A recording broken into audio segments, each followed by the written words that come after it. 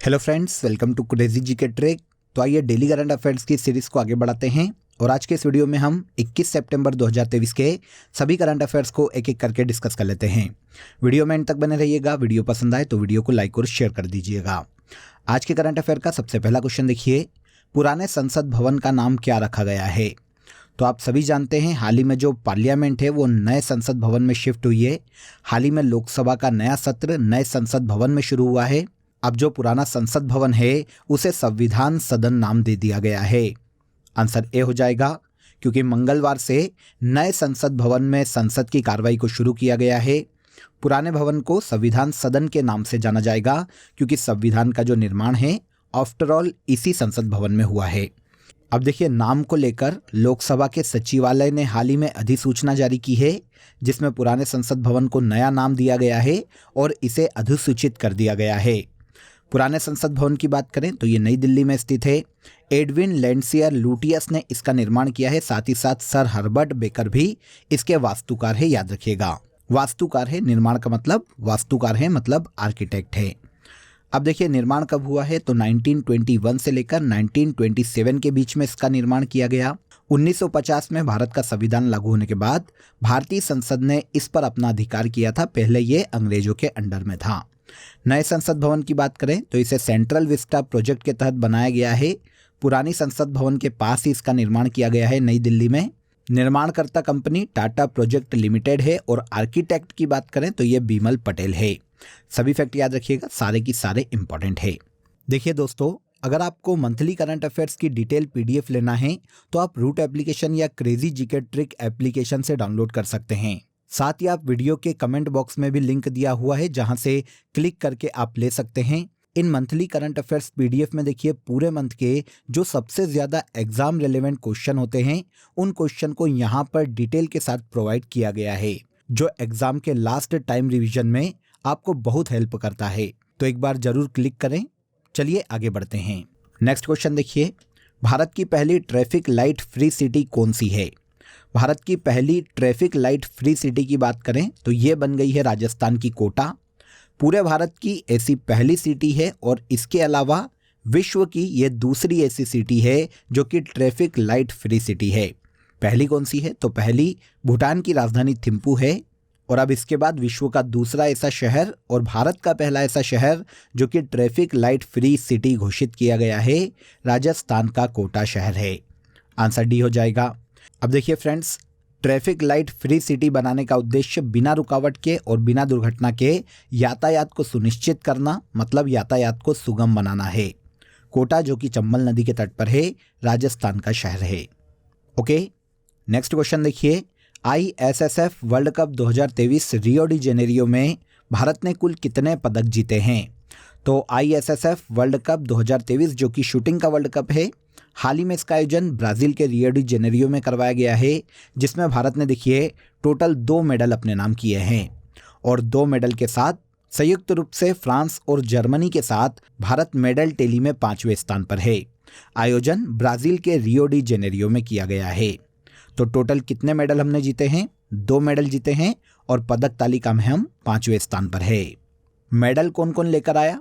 तो भारतीय निशानेबाज एला वेनिल ने देखिए महिलाओं की 10 मीटर एयर राइफल स्पर्धा में गोल्ड मेडल जीता और इसके अलावा भारतीय निशानेबाज निश्चल ने सिल्वर मेडल निशानेबाजी में अपने नाम किया है।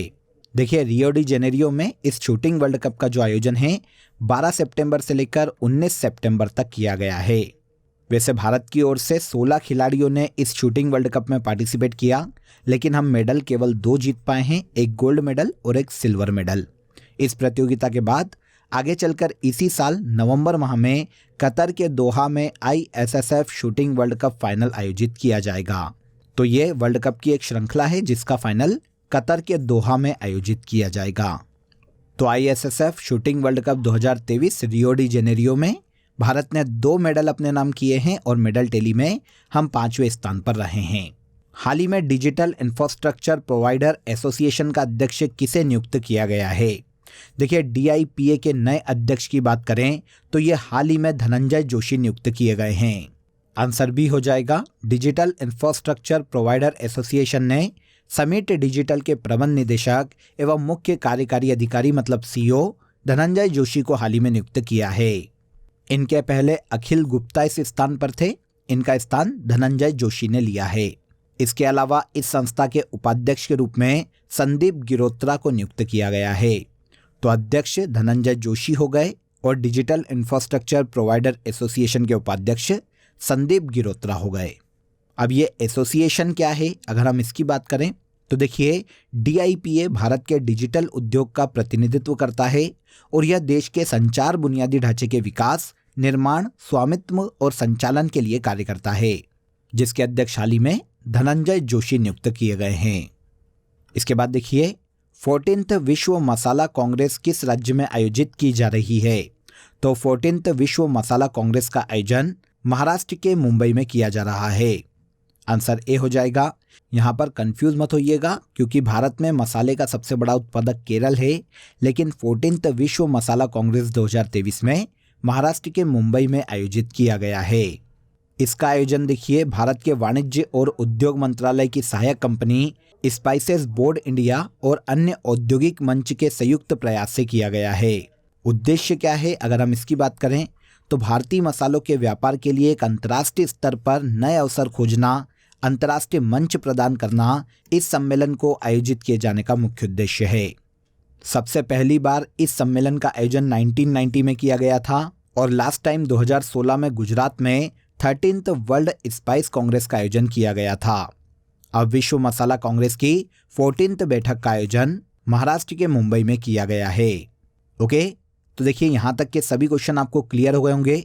अब आ जाइए आज की कंट्री इन न्यूज़ में हम यूरोप महाद्वीप के देश सर्बिया को डिस्कस कर लेते हैं।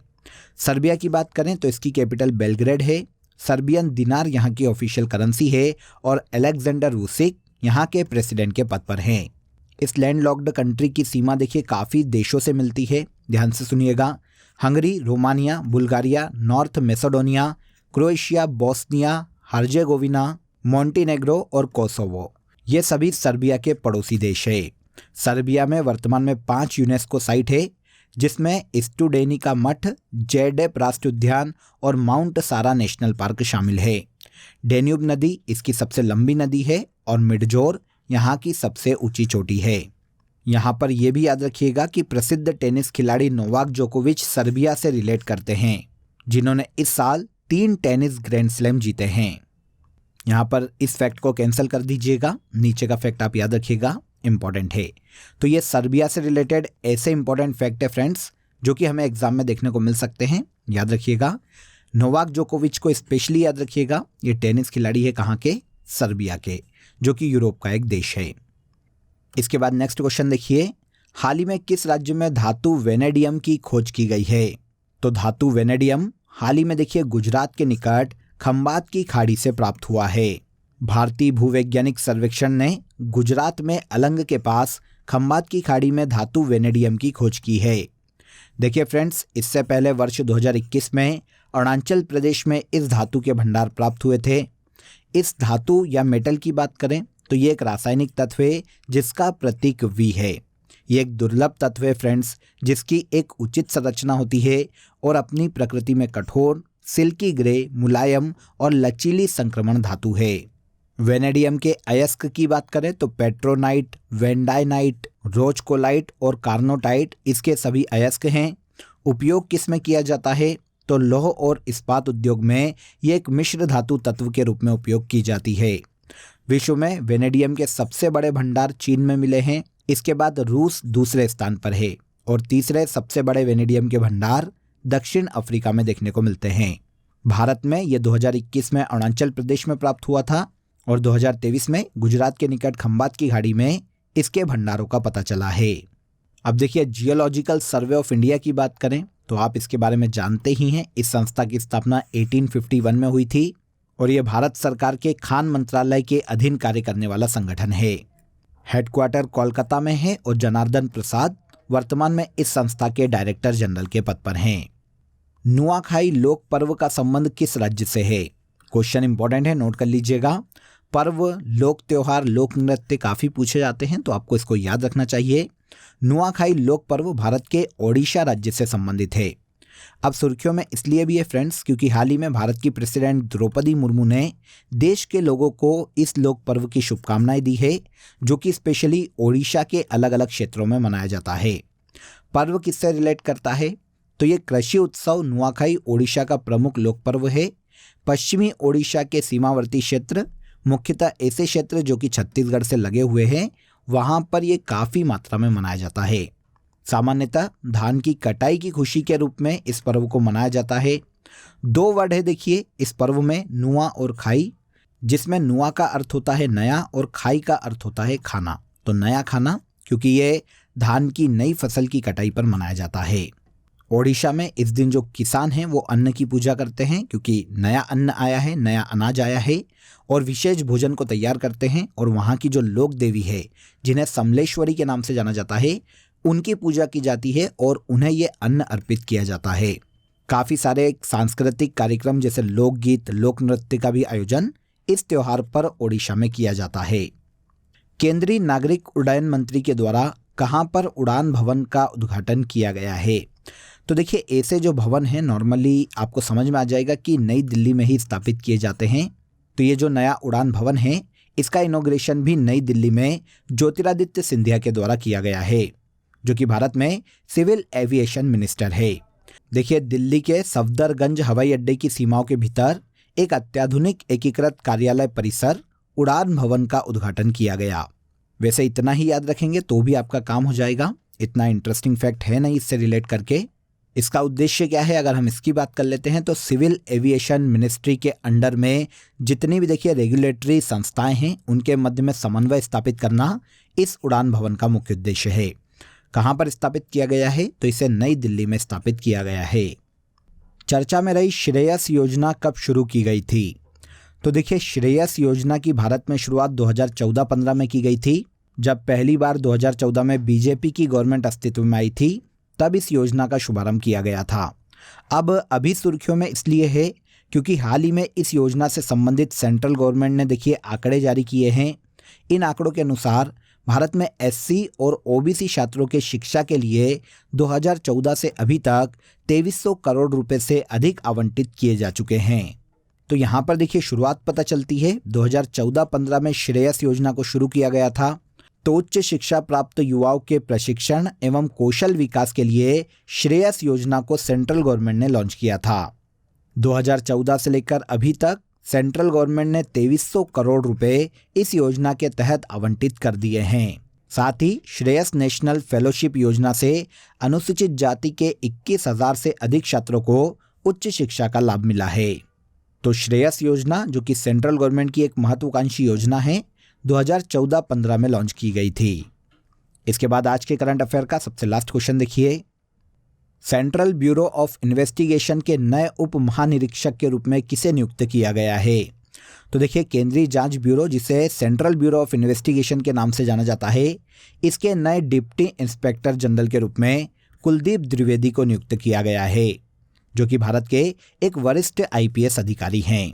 कुलदीप द्विवेदी इसके पहले देखिए आईटीबीपी में डीआईजी के पद पर कार्यरत रह चुके हैं और अब इन्हें सीबीआई का डिप्टी इंस्पेक्टर जनरल नियुक्त किया गया है। सीबीआई भारत की एक अपराध जांच एजेंसी है जिसकी स्थापना 1963 में की गई थी और प्रवीण सूद वर्तमान में इस संस्था के डायरेक्टर के पद पर हैं। क्लियर? तो यहाँ पर देखिए हमने 21 सितंबर 2023 के सभी करंट अफेयर्स को डिटेल में समझ लिया। अब आ जाइए आज की फैक्ट शीट में हम देखिए विश्व के प्रमुख समाचार पत्र और उनके प्रकाशक स्थल मतलब पब्लिशिंग प्लेस को यहाँ पर डिस्कस कर लेते हैं। तो द टाइम्स लंदन का समाचार पत्र है, डेली मिरर लंदन से ही प्रकाशित होता है, फ्रांस के पेरिस से ली फिगारो नाम का समाचार पत्र प्रकाशित होता है, काफ़ी इंपॉर्टेंट है। मॉस्को रूस से इजवेस्तिया, कराची से डॉन नाम का समाचार पत्र प्रकाशित होता है। इसके बाद कोलंबो से द आइलैंड, सिंगापुर से ईस्टर्न सन, काहिरा से अल अहरम, जकार्ता से मर्डेका और वॉशिंगटन से वॉशिंगटन पोस्ट नाम का समाचार पत्र प्रकाशित होता है। तो इन सभी समाचार पत्र और उनके प्रकाशक स्थल को याद रखिएगा। छोटी सी फैक्ट शीट है आज की हमारी। अब आ जाइए लास्ट डे के सेशन में जो करंट अफेयर हमने डिटेल में समझा था उसे हम एक बार यहाँ पर रिवाइज कर लेते हैं। हाल ही में घोषित भारत का 42वां विश्व धरोहर स्थल हॉयसल के पवित्र मंदिर समूह भारत के कर्नाटक राज्य में स्थित है। पर्युषण पर्व जैन धर्म से संबंधित है। ऑपरेशन सजग का आयोजन भारतीय तटरक्षक बल के द्वारा किया गया है। 19वें एशियाई गेम्स का आयोजन चीन के हांगजू में हो रहा है। चर्चित टैंक रोधी माइंस विभव का विकास डीआरडीओ के द्वारा किया गया। लोकसभा में महिला आरक्षण बिल नारी शक्ति वंदन अधिनियम को अर्जुन मेघवाल ने पेश किया है। संयुक्त राष्ट्र महासभा के 78वें सत्र का आयोजन यूएसए के न्यूयॉर्क में किया जा रहा है। मुख्यमंत्री श्रमिक कल्याण योजना अरुणाचल प्रदेश सरकार के द्वारा शुरू की गई। भारत की G20 अध्यक्षता पर पीपल्स G20 नामक ई बुक का अनावरण अपूर्व चंद्रा के द्वारा किया गया है। लास्ट देखिए, भारत की पहली मानव युक्त पनडुब्बी का नाम मत्स्य 6000 है। तो ये सभी ऐसे करंट अफेयर हैं जिन्हें हमने लास्ट डे के सेशन में डिटेल में समझा था। अब आ जाइए आज का क्वेश्चन ऑफ द डे देख लेते हैं। वर्तमान में भारत के सीएजी के पद पर कौन है? इंपॉर्टेंट क्वेश्चन है, कमेंट में जरूर बताइएगा कि इस क्वेश्चन का आंसर क्या है। इसके अलावा दोस्तों, आप सभी के लिए एक इंपॉर्टेंट अपडेट है। अब आपके लिए क्रेजी जीके ट्रिक के सभी कोर्सेज वेबसाइट पर भी अवेलेबल है। ये सभी कोर्सेज आप सभी की रिक्वायरमेंट और लेटेस्ट एग्जाम पैटर्न को ध्यान में रखकर डिजाइन किए गए हैं। यहाँ हम बेसिक कॉन्सेप्ट के साथ साथ कॉम्प्रिहेंसिव लर्निंग पर फोकस करते हैं। तो एक बार जरूर वेबसाइट पर विजिट करें। इसका लिंक आपको डिस्क्रिप्शन बॉक्स में दिया गया है। तो आज के इस वीडियो में बस इतना ही। अगर वीडियो अच्छा लगा हो तो वीडियो को लाइक और शेयर कर दीजिए। चैनल को सब्सक्राइब कर लीजिए। कल फिर मुलाकात करेंगे नेक्स्ट डे के करंट अफेयर में। तब तक अपना ख्याल रखिए। जय हिंद, जय भारत।